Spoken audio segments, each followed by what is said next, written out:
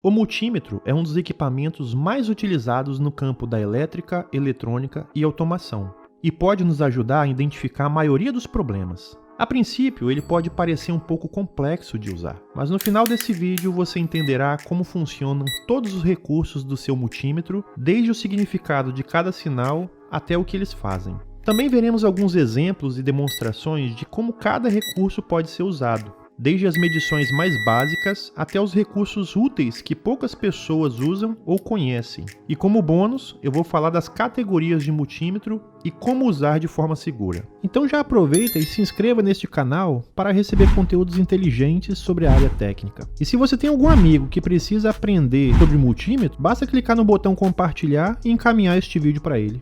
Então vamos começar? Cada marca e modelo de multímetro tem recursos diferentes, mas existem medidas e símbolos que são comuns para a maioria dos instrumentos. O primeiro símbolo é a tensão, que é representada pela letra V maiúsculo. Observe que junto com o V temos alguns símbolos diferentes.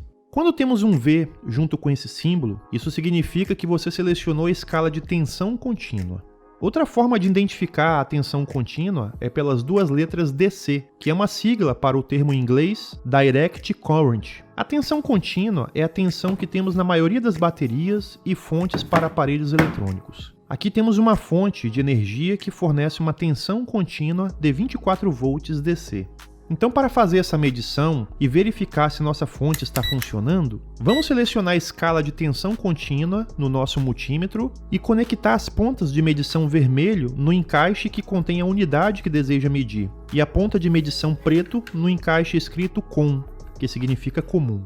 Em nossa fonte de tensão, temos uma indicação de qual é o ponto positivo e negativo. Então encaixamos a ponta de medição vermelho no positivo e a ponta de medição preto no negativo. Se a tensão não for próxima do valor desejado, provavelmente há algo de errado com sua fonte. Neste caso, a medição é próxima do valor desejado, o que mostra que essa fonte está funcionando adequadamente.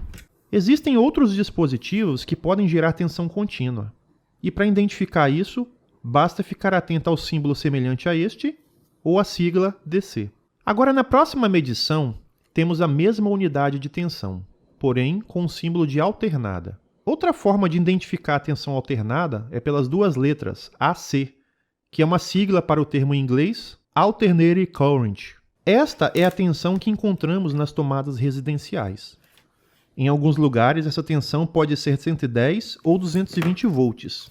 Quando realizar estas medições, proceda com extremo cuidado, pois a alta tensão pode causar morte e ferimentos graves. Cuidado para não entrar em contato com a ponta de medição quando ela está eletrificada. Agora, para realizar a medição, vamos selecionar a escala de tensão alternada em nosso multímetro e colocar as duas pontas na tomada de medição. Existe um recurso muito útil na maioria dos multímetros, onde ele se ajusta à escala automaticamente. Então, mesmo que eu meça uma faixa de 110 ou 220 volts, ele ajustará a escala de acordo com o limite do instrumento. Continuando na unidade de tensão, alguns multímetros oferecem uma medição para sinais mais precisos, onde a variação será muito pequena e na escala de milivolts, ou seja, 1 volt dividido por 1000.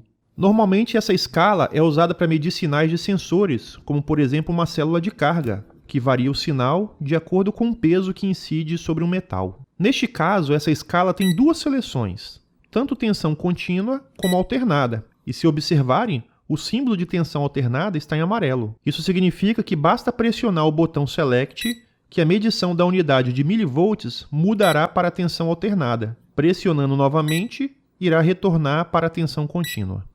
Nosso próximo recurso apresentado por esse símbolo é o ohms. Essa é uma unidade de resistência. Basicamente, resistência é a dificuldade de um material conduzir corrente elétrica. Se colocarmos as pontas de medição em um fio de cobre, por exemplo, obteremos uma resistência quase zero. Isso ocorre porque é muito fácil para a corrente fluir através do fio de cobre. Se colocarmos as pontas de medição em uma fita isolante, ele vai indicar um valor muito grande de resistência. Nesse caso, este valor indica que o circuito está aberto. Isso ocorre porque pouca ou nenhuma corrente pode fluir através da fita isolante, e é por isso que usamos. Ela serve para nos isolar da eletricidade dos cabos e também para um cabo energizado não tocar no outro e gerar um curto-circuito. Agora temos os resistores. Eles são dispositivos que nos ajudam a regular com precisão a resistência E para testá-los é bem simples. Configuramos nosso medidor para ohms e coloque as pontas de medição nos terminais. Este resistor, por exemplo, tem 100 ohms e a medição está bem próxima.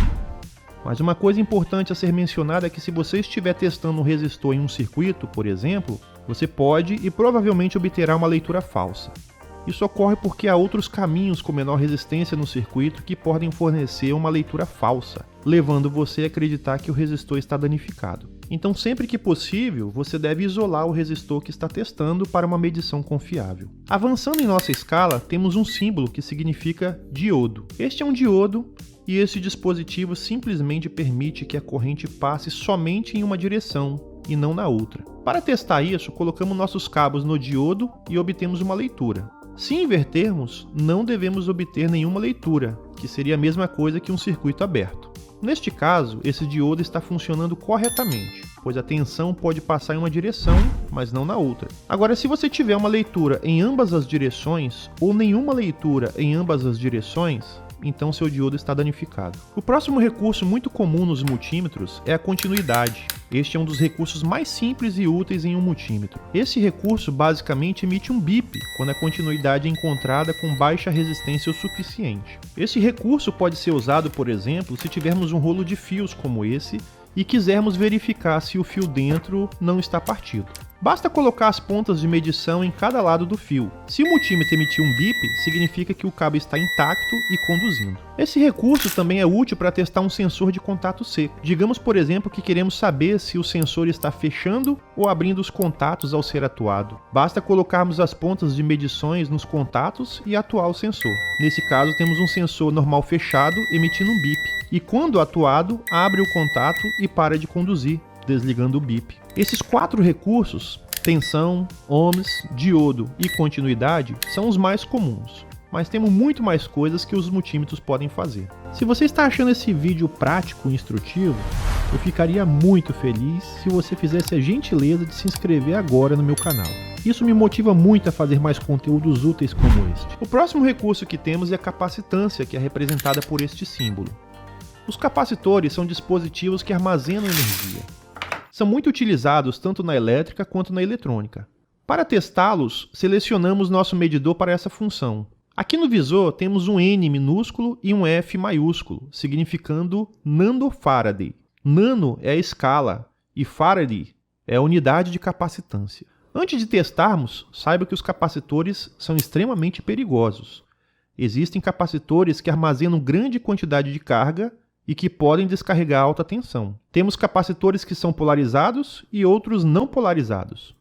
A maioria dos capacitores tem impresso suas classificações de tensão e capacitância em farads. Normalmente, as unidades farads são medidas em microescalas, então você normalmente terá esse símbolo significando micro. Aqui temos a medição de um capacitor, por exemplo. Nosso próximo recurso é Hertz, que é a unidade de frequência.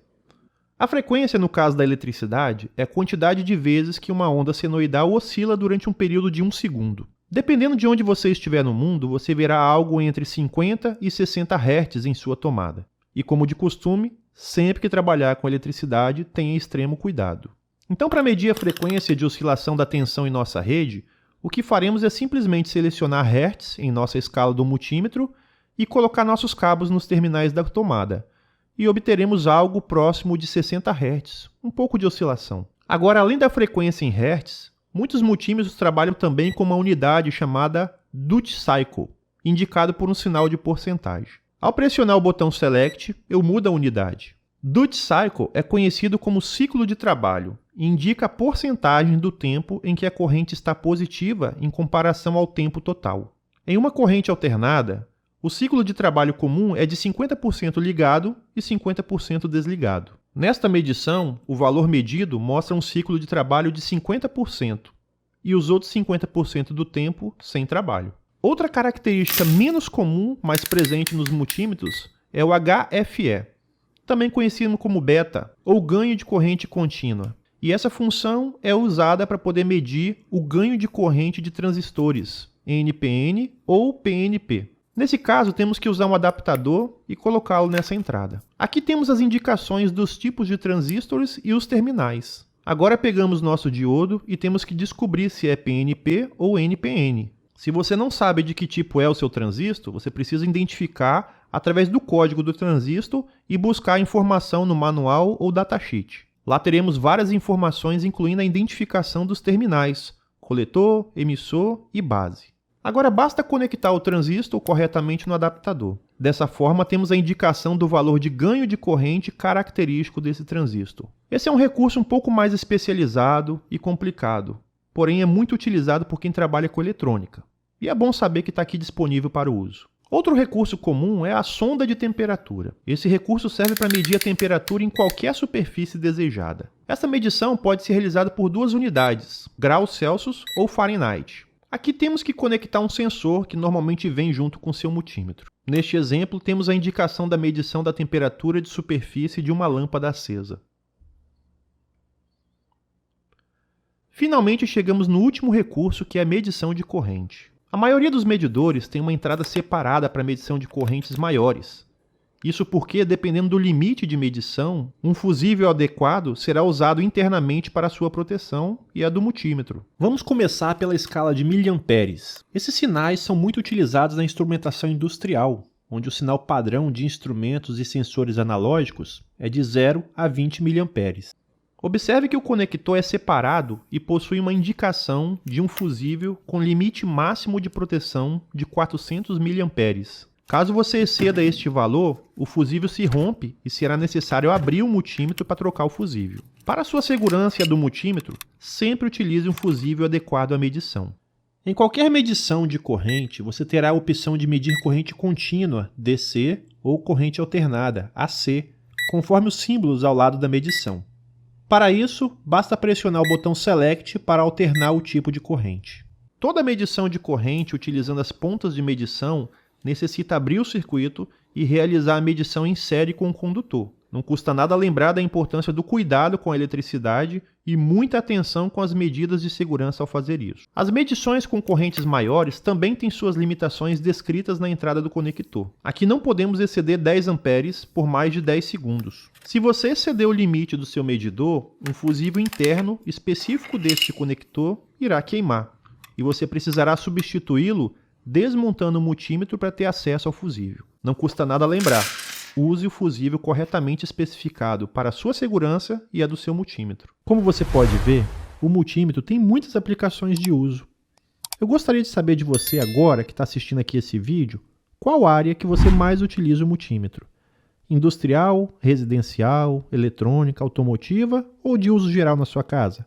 Comente aqui para eu saber. Esses são os recursos mais comuns em um multímetro, mas há mais algumas coisas que precisamos aprender para entender completamente tudo em um medidor. Por exemplo, em muitos medidores, pressionando a tecla Range, você pode mover a casa decimal para ter valores inteiros ou mais precisos de medição. Neste caso, estamos medindo a tensão em uma tomada, mas movendo o ponto, podemos ter um valor inteiro da tensão ou um valor mais preciso com uma casa decimal. Observe que ao pressionar a tecla Range, a função alto de auto scale desaparece, pois estamos determinando a escala manualmente. Outro recurso interessante é a Rel.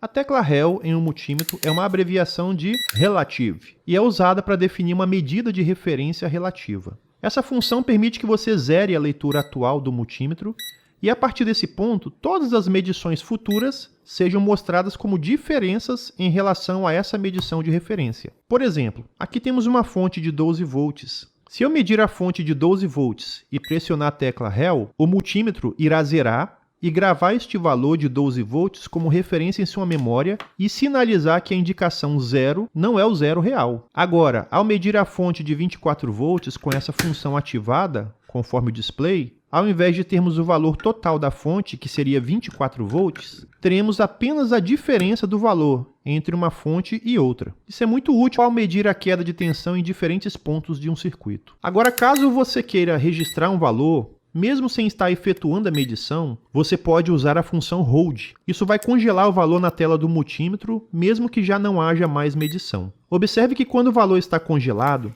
aparece a função na tela para indicar que este valor está fixo na tela. Ao pressionar novamente a tela, o multímetro volta a indicar o valor real de medição, que neste caso é 0, pois não estou conectando as pontas de medição na energia. Agora, finalmente, o último recurso de nosso multímetro que poucos sabem que existe é a função de LED, para iluminar o display. Quando seu multímetro indicar este símbolo, isso significa que ele tem este recurso. Basta pressionar por alguns segundos e pronto.